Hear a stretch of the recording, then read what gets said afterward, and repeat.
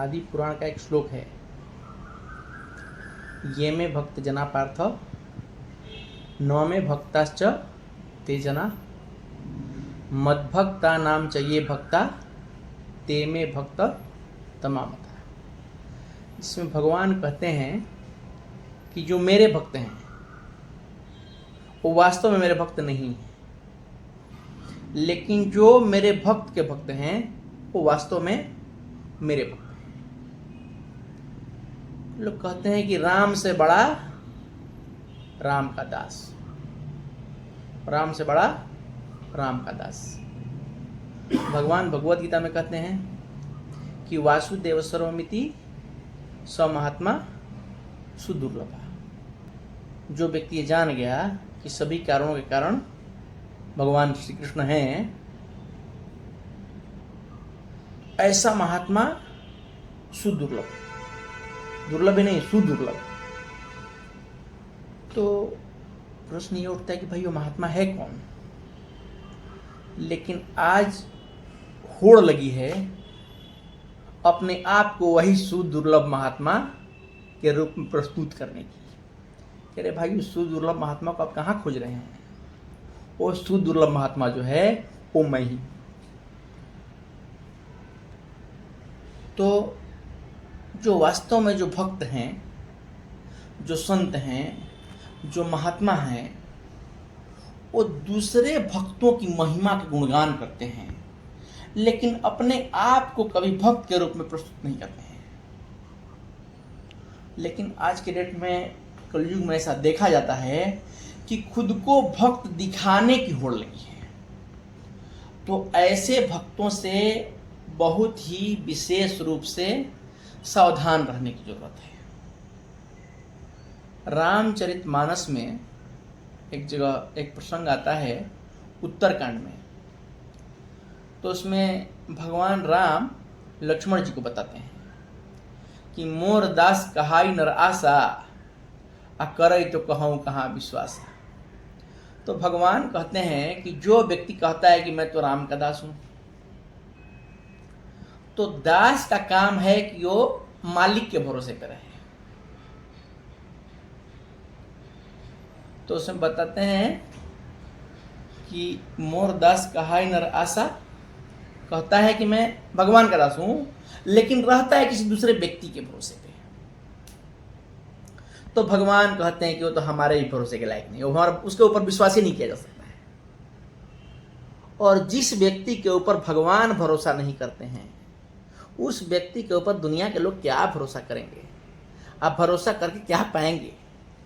तो व्यक्ति को कृष्णा कॉन्शियसनेस बनना चाहिए, भगवान का भक्त बनना चाहिए, दुनिया की चमचागिरी या तुष्टीकरण ये सब छोड़ना चाहिए। एक्चुअली वास्तव में इसका दूर दूर तक भक्ति से कोई संबंध नहीं है, लेकिन लोगों को ऐसा कभी कभी लगता है कि नहीं यही भक्ति है। तो इन सब चीज़ों से विशेष रूप से सावधान रहने की जरूरत है। अगर कोई अपने आप को भक्त कहता है या उसको भक्ति में अगर प्रगति करनी है, तो इन चीज़ों के ऊपर का विशेष रूप से ध्यान व्यक्ति को रखना चाहिए। ये बहुत महत्वपूर्ण चीज़ है। तो महाभारत का एक प्रसंग है, ऐसा महाभारत में वर्णन आता है। तो उसमें बताया गया है कि यज्ञ, दान, तपस्या, स्वाध्याय, सत्य, क्षमा, दया और निर्लोभता, ये धर्म के 8 मार्ग बताए गए हैं। धर्म के ये 8 मार्ग बताए गए हैं। अब आगे कहते हैं कि इसमें शुरुआत के जो 4 है ना, शुरुआत के 4 क्या हैं?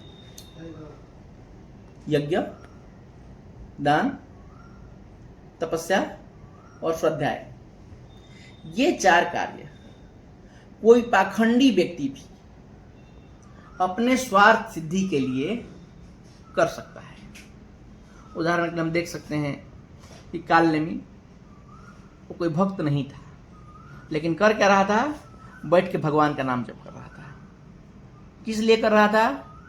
कि हनुमान जी को फंसाना है, सजीवन बूटी समय से पहुंचना नहीं चाहिए और लक्ष्मण जी मर जाना चाहिए। इतने बड़े कार्य करने के लिए वो कर क्या रहा था? राम राम राम।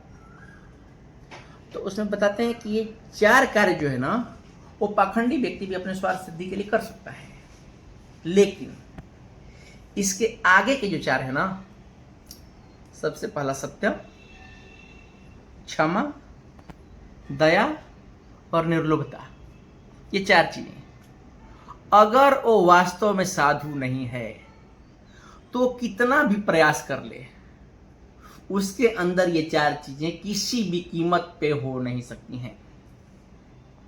तो ये साधु के, अगर वास्तव में कोई साधु है, वास्तव में कोई भक्त है, रियल में भक्त है, तो उसके अंदर ये 4 गुण निश्चित रूप से होंगे।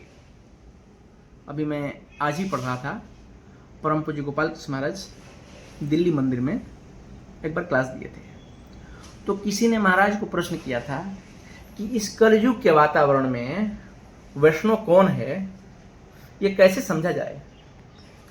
तो उसमें महाराज बता रहे हैं, भगवान कपिल और देवहूति का जो संवाद है उसमें साधु के लक्षण हैं, तितिक्षव कारुणिका, श्रुदा सर्वदेही नाम, अजात शत्रु शांता, साधव साधुभूषण।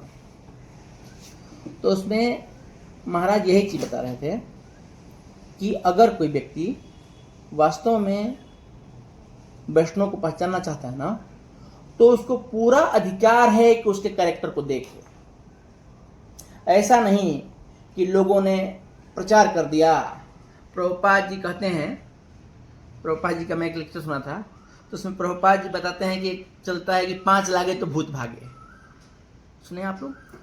प्रभुपाद जी ने बात कहा है कि 5 लागे तो भूत भागे, मतलब कोई चीज है, अभी 5 लोगों ने उसका एडवर्टाइजमेंट कर दिया, 5 लोग को देख के 6वां आता है, 6वां को देख के 7वां आता है, 7वां को देख के, मतलब इसी तरह से भीड़ जमा होती है।